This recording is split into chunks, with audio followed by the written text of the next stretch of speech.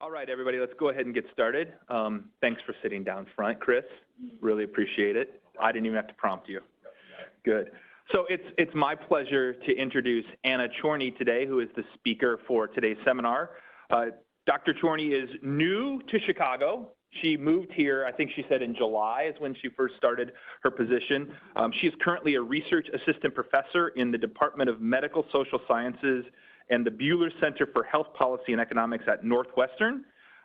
She has a bachelor's degree from economics in Moscow State University, and her PhD is also in economics from Clemson University in South Carolina.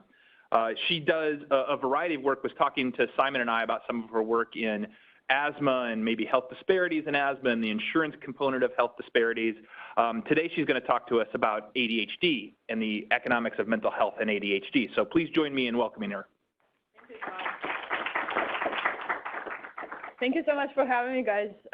So I hope this to be somewhat interactive, so feel free to ask questions whenever, and just like, you shouldn't worry about interrupting me. I think in economics it's more of like yelling at each other, so I'm used to it.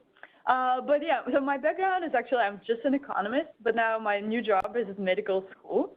And I'm learning a lot of interesting things, but I hope to also convey to you information about what exactly economists do within health environment and what we could contribute to the field of health economics. And yeah, so my work is especially about mental health, and I particularly study ADHD as one of the components of it. So just first broadly about mental health, why is it interesting? So first of all, there is a growing recognition that it's a big deal, okay? So it's actually mental health is the biggest contributor to the disability and economic loss. Also, mental health affects individuals of primary age. So it's like people in their primes, 30 to 40 years old. These mental health issues are also hard to fix compared to physical issues, right? If we're thinking of different treatments. And then if we think of developed countries, they're actually the major determinant of how many days of work lost. And I brought in one of my favorite charts that shows like the elephant in the room here. So we don't talk as much about mental health, but let's look at the data. So the blue bars show how many days of work lost due to any kind of injuries or illnesses that are not mental health. So if somebody lost 1 day of work, 2 days of work, 3 or 5 days of work, this is where the blue bars are big, right? So the majority of people who had some sort of illness or injury, they lost just a few days of work. Well, if somebody lost like almost like an entire month of work or even more, who are those people? These are people who are having some sort of mental health issue. So it's like a big deal, right? So if you have a mental health problem, you'll probably be out of work for a long time. Given how big the issue is, it's actually very surprising how poorly explored the question is. So what are these big questions that we ask in mental health area? So first is, what is the relationship between mental health and what we call non-cognitive skills? So non-cognitive skills is something that is not necessarily like IQ-based measures. So examples would be motivation, integrity, self-control, or self-management, interpersonal interactions. So all these things are really important for your work or for your success in school, right? It's not just like how smart you are, it's also how well can you sit in the place and actually pay attention, how long you can do that, how motivated you are to succeed. So all these things that really matter, and we don't really know how do we relate mental health to those set of skills, while we know that they're very important for our success in the future. And what we also know is that we know a lot of things about cognitive measures, how much they relate to our success. And we know actually very well about when we want to make interventions. So we know that for children, we really want to educate them early on. And for children, it's important to intervene like what's called early child education. So you wanted the best time to improve this, if any cognitive issues would be early, before age 5, but we know nothing about non-cognitive skills. Potentially, you can actually create interventions later in life and do something for people who have disparities in this kind of soft skills. We can maybe intervene even later in life successfully. But then the question comes in, how do we even measure mental health, soft skills, and then how reliable are measures of mental health, which we actually were talking with just a few minutes ago. We don't have very good methodology of how you evaluate mental health or how you measure success of your treatment within mental health and non-cognitive skills relatedly. And then another set of questions relates on what we call intergenerational transmission of health and socioeconomic status. And in simple words, it basically means how much of mental health of your parents affects the child's well-being. And basically, I just given you an examples here of 2 broad questions that fall within this big area. So for example, postpartum depression is a big deal. Now there's a little bit more recognition and discussion about this being an issue, but we still don't quite know how much maternal depression actually contributes to the child outcomes. Do they do worse in school? Is their health worse? Are they also more susceptible to mental health issues later in life?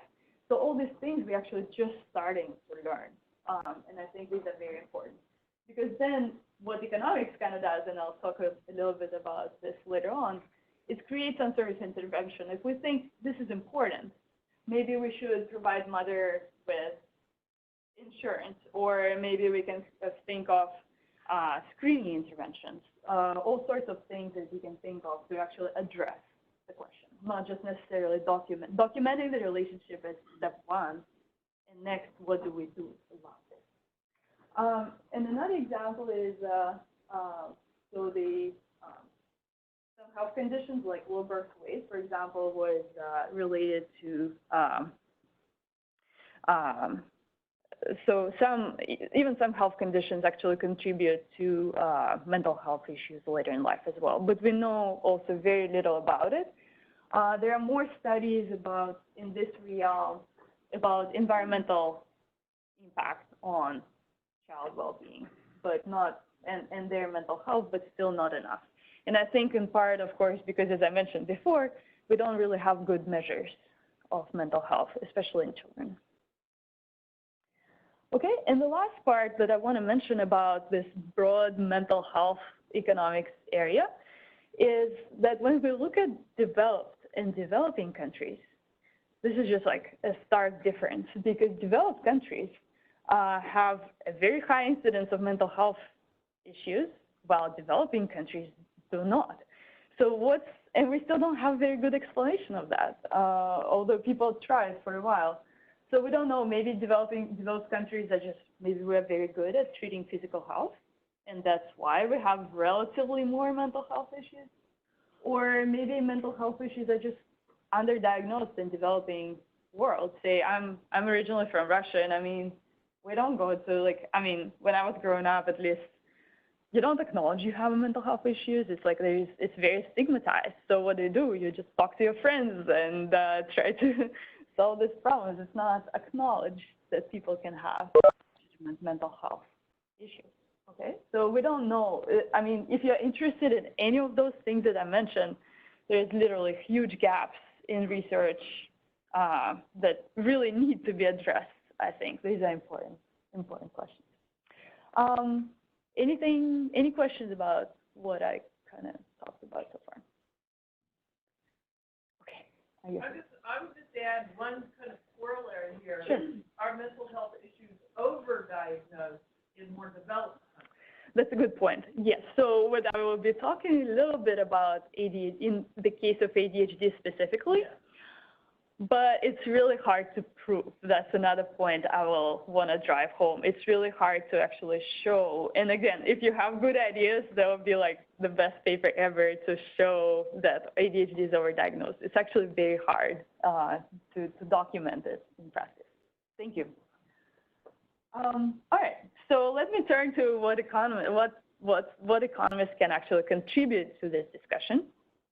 So we usually use what we call causal inference by creating and designing quasi-experiments. So a lot of work, well, I should say now there is a lot of work that actually does randomized experiments in the population, but there's still a lot of this quasi-experiments where we take secondary data and we look at some sort of random interventions that we can try. We first spend a lot of time showing that they were actually random and did not depend on anybody. And then, just use this usually big data to show interesting answers to questions that probably are really hard to derive in an actual experiment. And I'll show you one examples of that in my work. And the whole point of doing that is actually design an intervention that would hopefully correct for any issue that we discover.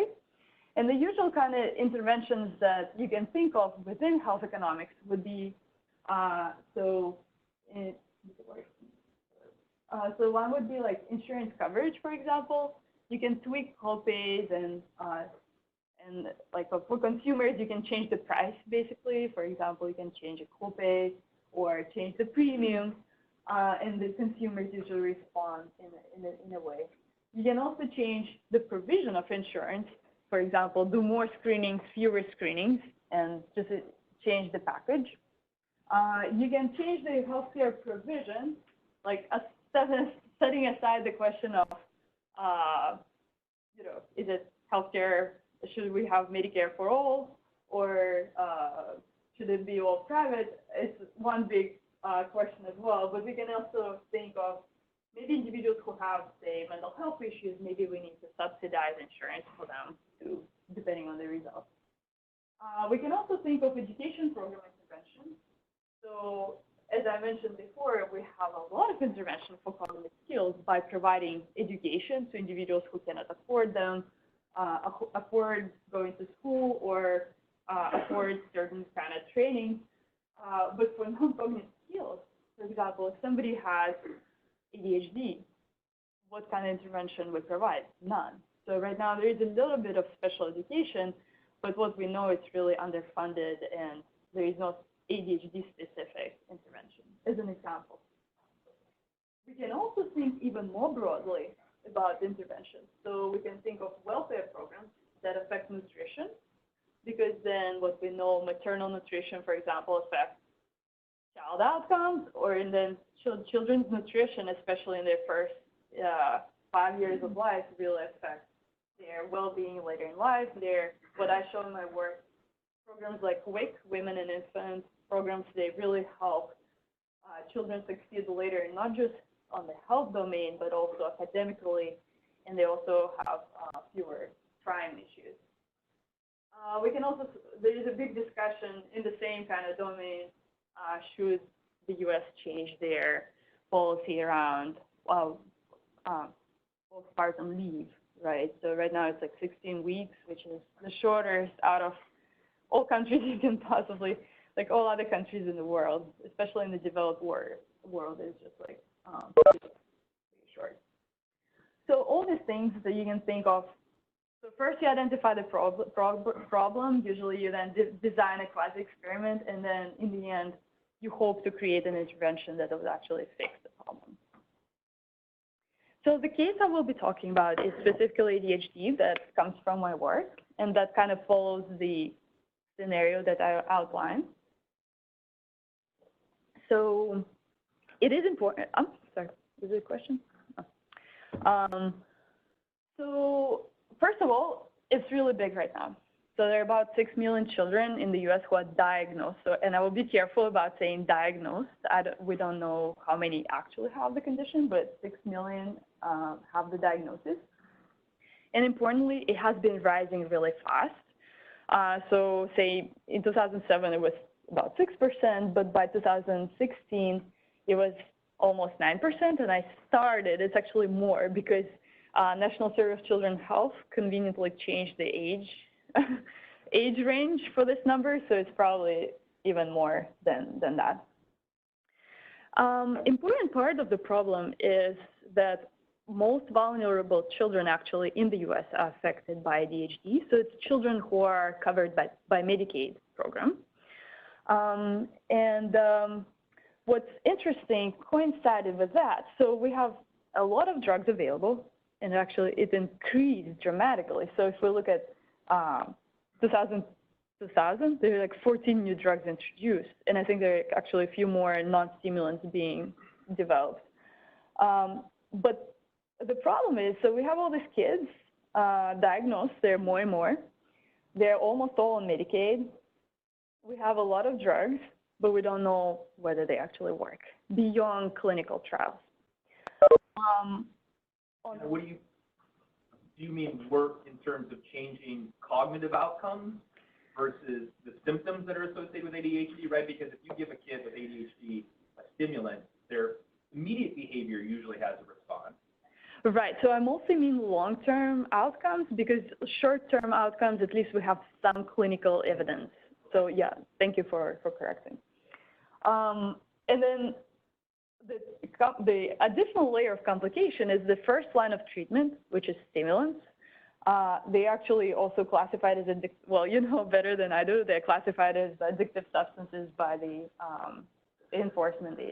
by the Drug Enforcement Agency.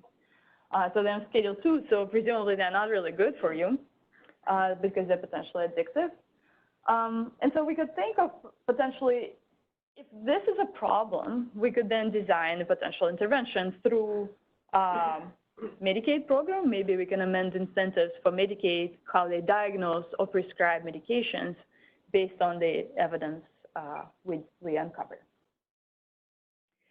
So before I go into my own work, I want to mention these two really cool papers that I think are fascinating.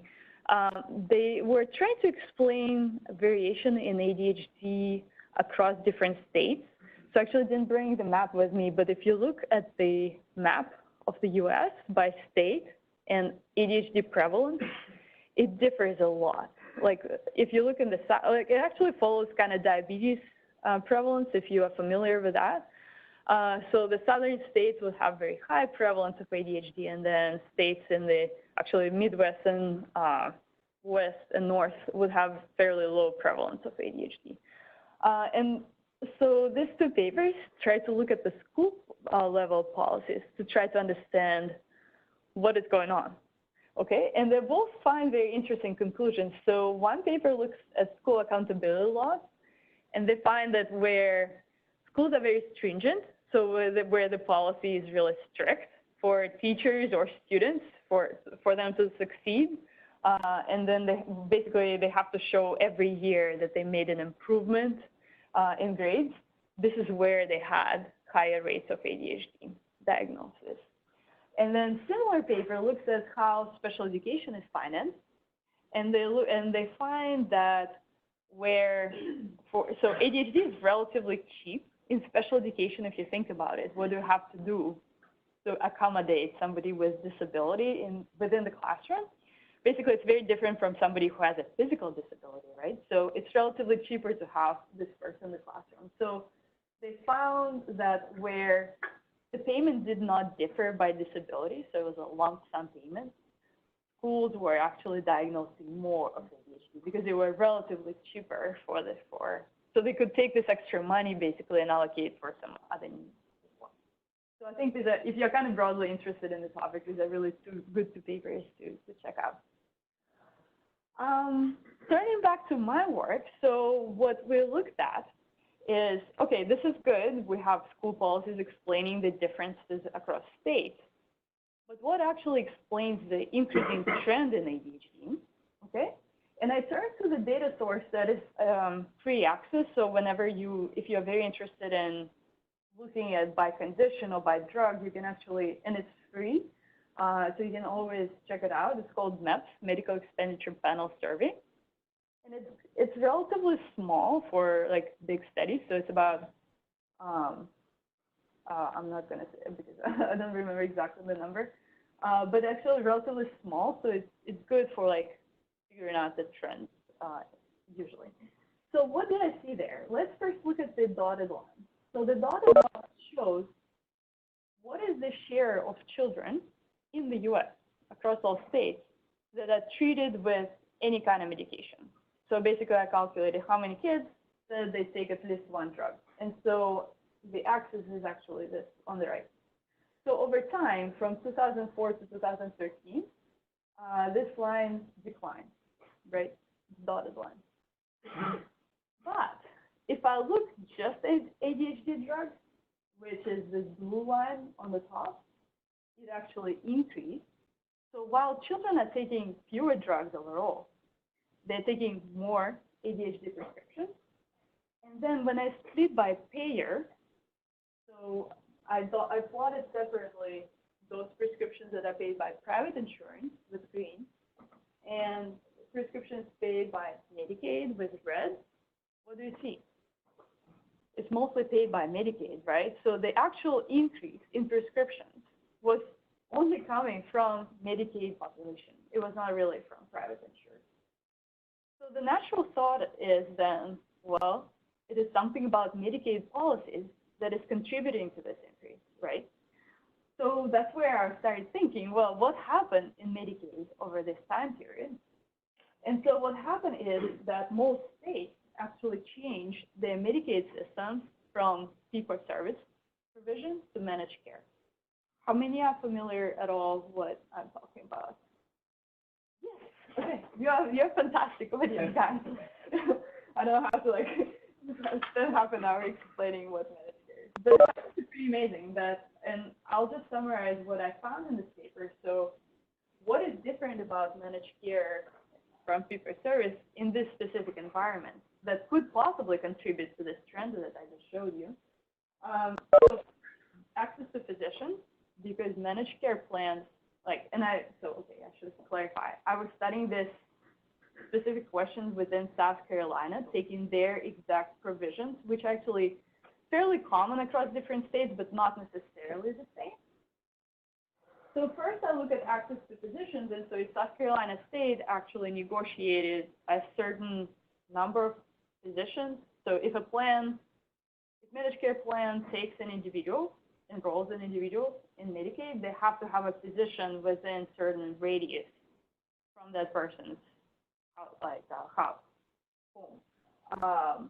So presumably, managed care has better access to physicians.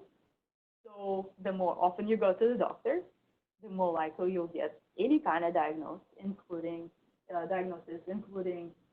ADHD. Another thing is that now, instead of a bunch of separate fee-for-service providers, you have just 5 or 6 big managed care plans. What happened? For the state, it's really easy to monitor them now.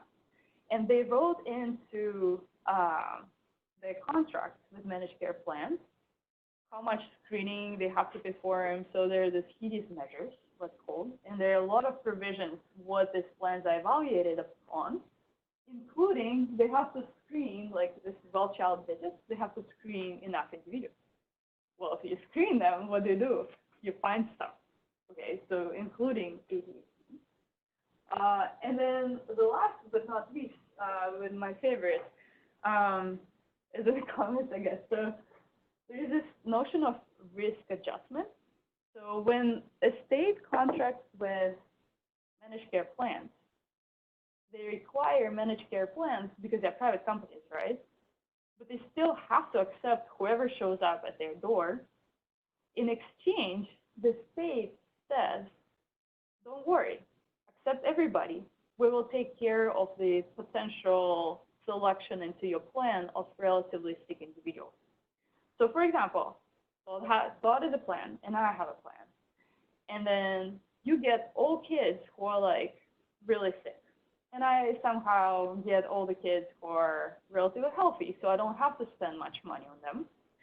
Well, then the state comes in at the end of the year looks at all these kids, compares between our plans, and says, oh, this is unfair, so they do a risk adjustment. So based on how sick is the pool of children in each plan, they would reassign the money. Okay, so some plans would get money taken from them, like in this case from me, they would go to you.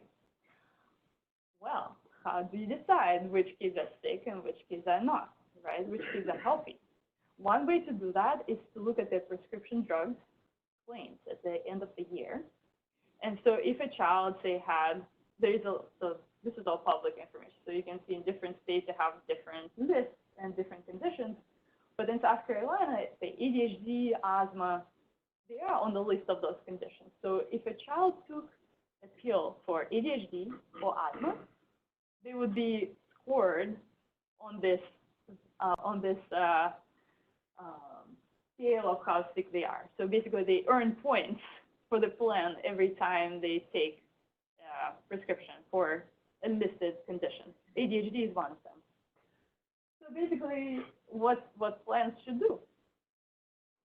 Incentivize providers to prescribe these medications. And guess what? I actually dug up, I went to like LinkedIn and just Google search, and I found several positions for plans.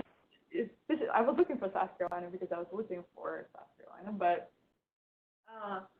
basically they had those positions for some managers to go inform physicians of what is the best way to work on the plan, and basically specified like, yeah, you should know how to do risk adjustment correctly, basically telling them which conditions they kind of have to pay attention to prescribing. So this is what we find, that each of these components actually contributed to the trend that I showed you on the previous picture. Okay. But the next question, so this is kind of one strand of my work, but then the next question is pretty natural, right? Maybe it's a good thing that we actually diagnose them and prescribe them medication. Maybe it's private patients who did not have enough, right? It's actually, as I say, it's really hard to show. But at least, so I'm not, just for full disclosure, this is still a question I'm really fascinated in. I don't have an answer. But I do have an answer of whether medication is good or bad in the long term. And this is what I do next. So in the interest of time, I'll just go very briefly. I guess here people are probably more informed than I am on these medical conditions, but basically I read a lot of medical literature and just kind of picked out important things for the study. So since I work with secondary data, I just want to point out that in the data I would identify children as having diagnosis of ADHD, and then I also have prescription drugs collected like by NDC numbers. So what we know about ADHD, that it's diagnosed with complex and controversial. Causes of ADHD are not very well understood, but the guidelines say that the doctor can diagnose a child starting at 3 years old, and this is when the first Adderall extended release can actually prescribe, I think, from 3 years old as well. And the official kind of definition rate from the psychiatry manual says, yeah, ADHD is present if 6 or more of inattention, or 6 or more hyperactivity symptoms have persisted for at least 6 or more months to a degree that is maladaptive and inconsistent with developmental levels. And I don't mean to throw stones at this definition because, I mean, again, so we're still working on the measures. This is where it comes in that it's really hard to measure. This is what we have to work with.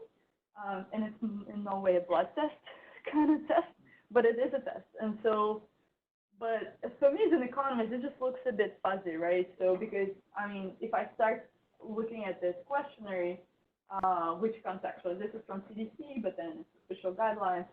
So in attention, you kind of check the box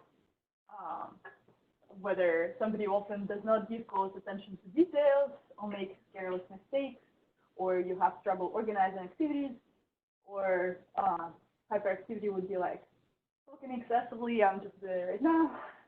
So I mean, so there's like it's fairly fuzzy if you think about it. You can there's a component that is not objective to this. So what we want to know is just look at the, I guess, secondary data to try to understand what does the data on long term tells us if we compare somebody who was treated with medication versus not. But first I want to say, so at least what we know from medical literature is that if somebody has ADHD diagnosis, again, it might be like this fuzzy measure. So maybe this is actually underestimating the bad things because we have this group where some people are very sick and others are not have as severe of symptoms.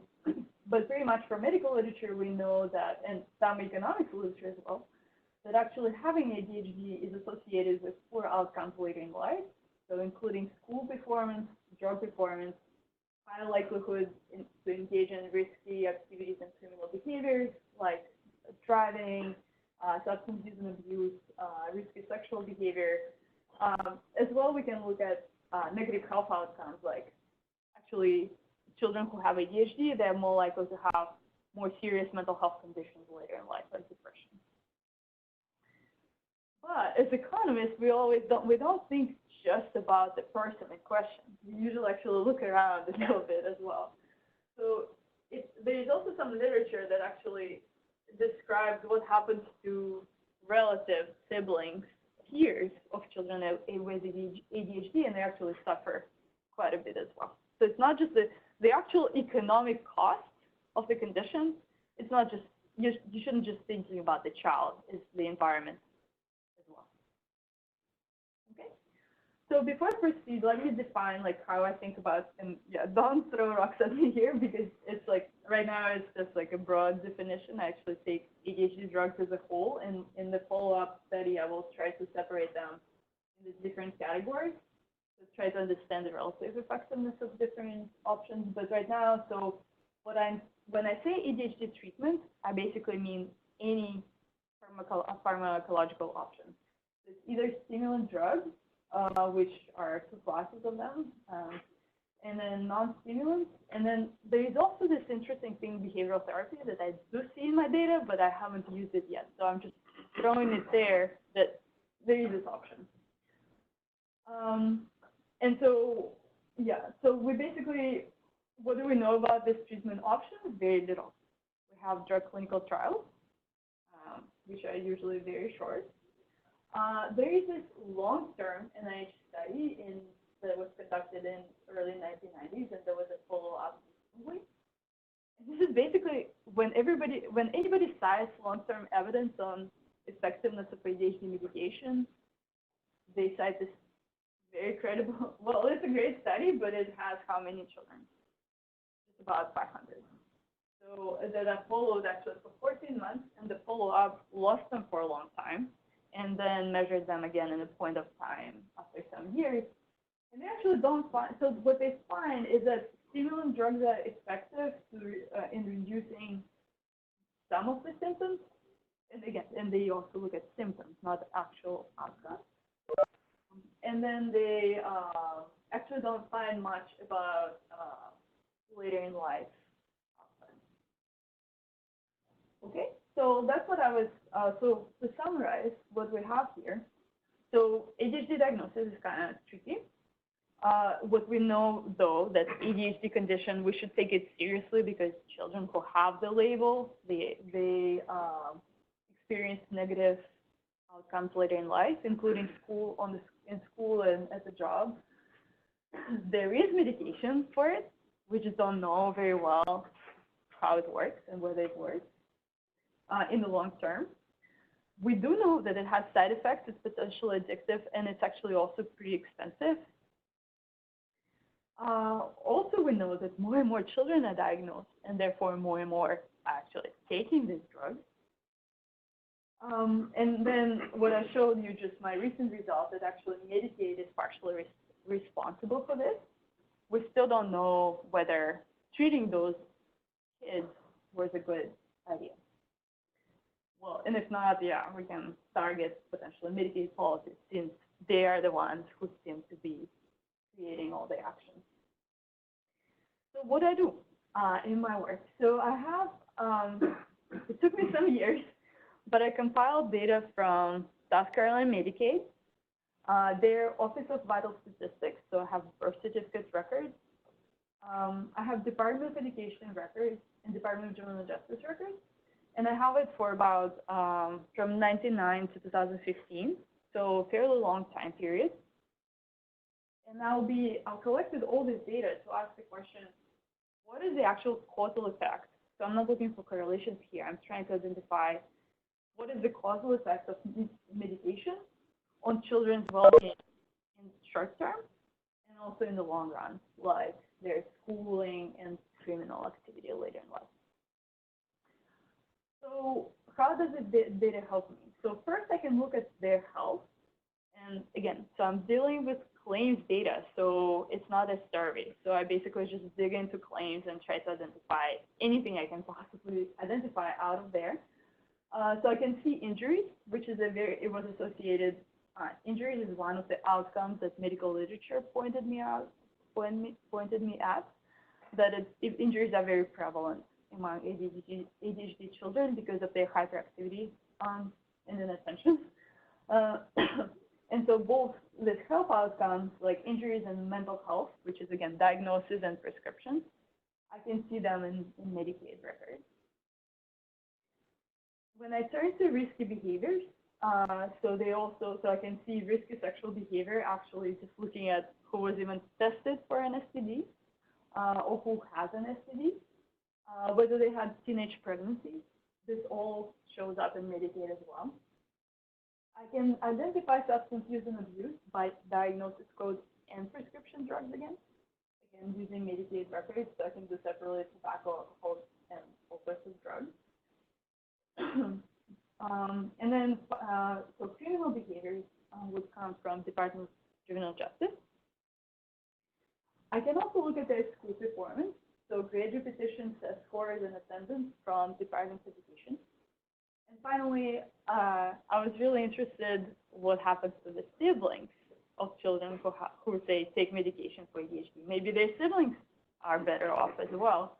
So I am able to link brothers and sisters using birth certificate records as well. Which is, yeah, birth certificates are it's very nice data if you ever need it for anything. Okay, any questions so far? I'm kind of flying through.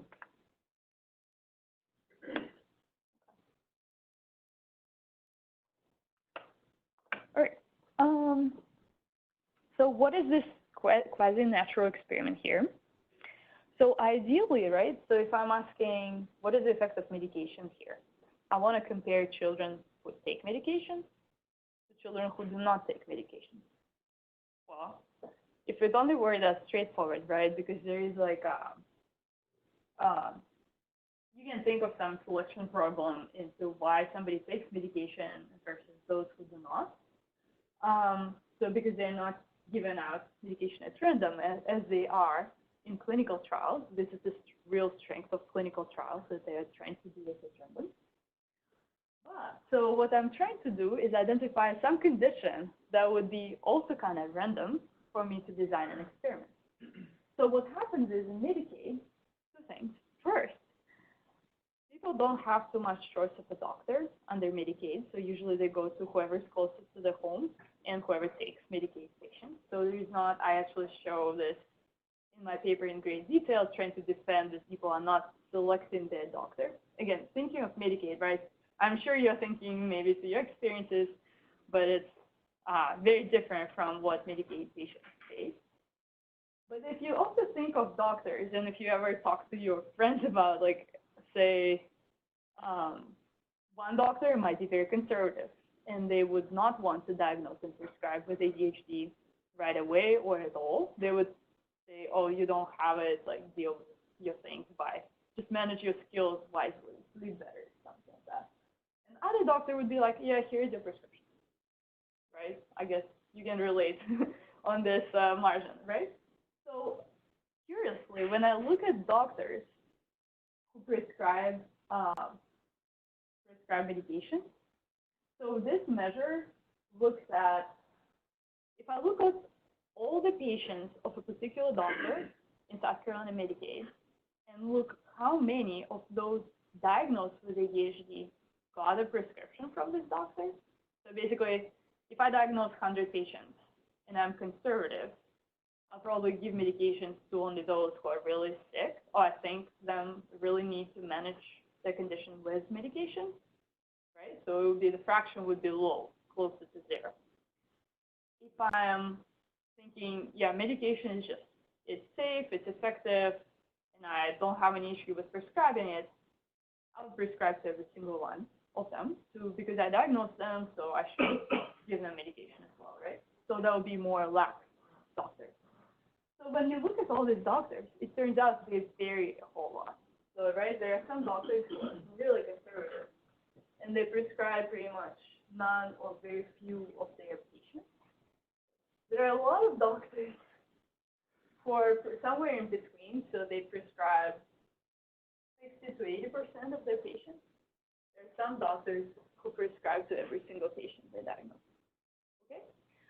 So the experiment here is that, and again, I make this argument in the paper in lengthy detail, but the punchline, if you don't choose your doctor and you show up at the doctor's office who is really conservative, you walk out without medication. If you show up at random at somebody's office and they're really lax, you walk out of their office with a medication. So some patients would be treated with medication at random while others are not. Okay? Questions? Yes.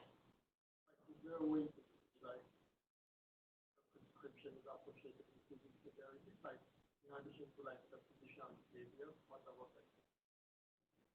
Yeah, so that would be really great. So because it's you have to check boxes, right? How many symptoms they had. Ideally, I would like to have this data to see how severe the condition is. So this is one problem with using Medicaid claims. The only, whatever diagnosis shows up there, this is it. There is no additional patient record attached to that, so I don't see that. So one way I was trying to figure out how bad ADHD symptoms are is to look at injuries where they were diagnosed with ADHD. And it's actually related. So if somebody has a lot of injuries, they probably have fairly severe case of ADHD, but they don't have any record. Any other questions? So basically, yeah, I can skip that. But basically what I showed you is I've calculated fraction of individuals, just like look at patients treated divided on all patients diagnosed. So what I find there is an interesting thing. I tried to picture it because I have so many outcomes, and I think this will hopefully give you an idea. So when I look separately at boys and girls, and I look at health outcomes, behavioral, and academic, and it's quite interesting. So girls, when you think about girls, why did I split by gender? It's because girls are actually relatively more severe cases than boys, because girls are disproportionately less diagnosed with ADHD. So for a girl to be diagnosed with ADHD, basically she has to see the higher threshold there. So you would think if anybody should benefit from medication, girls should, because they really have a relatively severe case if they're diagnosed. So what I find actually, medication is effective. So green is where medication was beneficial in reducing the probability of these adverse events in life. So it actually reduced the probability of injuries, of mental health issues later in life, risky sexual behavior and substance use and abuse, and their criminal records. It did not change their attendance in school. I don't find anything significant there. They do not also, so there's like slight negative because in some, depending on what grade I looked at, basically, but I don't find much on grade repetition. But when I look at their test scores, treated girls do worse in school, okay? Their grades are worse. They do better on all behavioral margins, except they actually get lower test score in school. When I look at boys, again, so this group is bigger, so the precision is also better. I should have even better results if you think about it. but it's also more heterogeneous group because boys are acting up more just by nature when they're kids and not kids. It's bizarre. But anyway,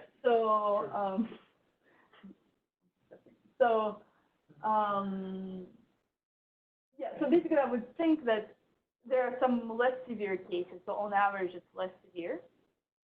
And this is kind of what I find, that medication in an average boy is not as effective in reducing the behavioral outcomes, the adverse events on the behavioral margin. So only some are greened out, right? This is where I find significant positives.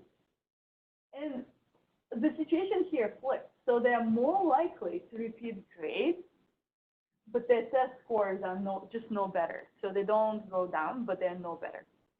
So what happens is boys seem to be, if they are not doing very well, like and they're on medication, they just being retained in the grade and their scores don't really suffer. Girls are progressing through the grade, but their scores are deteriorating. So this is where I was really puzzled, and I'm still working on some evidence, additional evidence to exactly explain what is the mechanism. Because there are many stories I can tell you, which is like, some of them outlined here, and I have 1 second to flag for them, but you can also think of different reasons for yourself. But I don't have that much data to actually show which one is true. The only one that I found in the data is when I look at special education, girls with ADHD are actually way more likely to be placed in special education classroom. And usually special education classroom does not help your test scores if you are in a in places like South Carolina especially. So there's just understaffing of teachers. So once you're singled out and progress through grade but put into special education, this is probably what will happen to you. So basically, to summarize the results, what I find is probably boys are overdiagnosed because you can see for girls, if they take girls as more severe case, the medication at least is helping on a lot of behavioral measures. It does not help a marginal boy here because there are cases that are way less severe. It does not, medication does not help in school. Nobody is like actually neither boys or girls, and it actually affects them in different, it still affects them in different ways. You can think of different stories in addition to what I told you, that say teacher stops paying attention to you once you're on a drug, or what I'm seeing is actually some side effects that you, medication affects you such that you don't engage in risky behaviors, but also then why would you do better in school? So I don't have a way right now to disentangle these different stories. So it could be stigma as well, especially for girls. So there are many things that medical literature is also suggestive of, but unfortunately, even with my tons of data, there is not as much to actually prove which story is correct. So another thing I kind of tried to see if maybe girls adhere differently to medication comparing to boys, and I found no difference. I looked at some side effects like insomnia. I didn't find much difference. And basically, so yeah, this is the summary. And kind of to draw a conclusion here, so we do know that Medicaid is increasing diagnosis. I see that it's medicated children is better for their behavioral measures, but actually no better in school. So how do we think about relative costs and benefits of them actually doing better behaviorally and not doing better in school? So how do we think about this decision of medicating?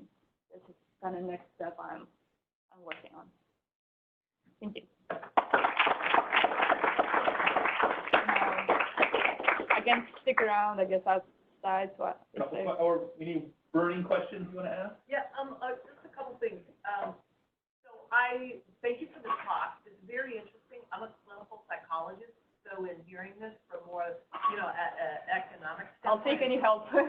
It's just different views of the same thing. Mm-hmm. One thing I would say, though, there's actually some very recent emerging data on ADHD that shows that behavioral therapy is actually much more effective long term. In the UK, first of all, in the UK, you probably know this already, ADHD is much much lower rate and But much also less likely to be treated with medication. They use behavioral and family therapy. So I bet, just to say, I would really encourage you to go back and look at the data that you have. Some people are going to have been treated with meds and behavioral therapy. Exactly. That's going to be different from the other two. So you might find some interesting things there. The second thing that I wanted to say too is there's, as you point out, the dispersion of ADHD diagnosis kind of mirrors that of the prevalence of diabetes. And to a very large extent, diabetes is a disease of poverty. Canada, I love Canada. They've like come out and they're like, diabetes type 2 is a disease of poverty. So I think that another thing kind of in here is this contextual situation of what these kids are dealing with.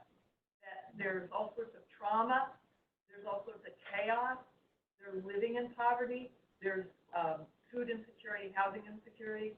And so, and again, I just say this not to say none of this is true, but there's just a lot going on in I'm looking at foster care separately now because they are on Medicaid, and this is where. And it all impacts brain development, which impacts their ability to be attentive and behaviorally controlled. Yeah, I'll would like to talk to you later as well. Awesome. Just a quick comment to the other side of the coin, to what Lisa was talking about. There's a lot of affluent students that game the system to some extent, get diagnosed for ADHD, and then it's extensively used in college for studying. It's a whole black market. There's tons of money being made off of it, and that's another secondary effect of this willingness to diagnose, and it's probably more male, I would guess, that are dealing with these things. But yeah, all you have to have is a kid in college to know how widespread the problem is. Yeah, so I kind of abstract from that here because my kids are like up to 19 years old, so like it was just maybe a little bit of college. Yeah, but they it's learn like the system early on. I was really trying to get. I was really. Exactly. So I'm like asking universities like to give me data, when was the test, and then what happened in the pharmacy filling prescriptions like 2 weeks before. My God, everybody's so protective of this data. So far, I did not succeed with any university I kind of approached about this, but I would love to work on that. Just because maybe it's not even helping. That's the thing. Like, It helps me study. Yeah. So I was like, yeah, let's show if it's helping. Yeah, maybe we should like do something about it, right? If it's not, then maybe spread this information. So, yeah. Thanks, Thank you Anna. so much.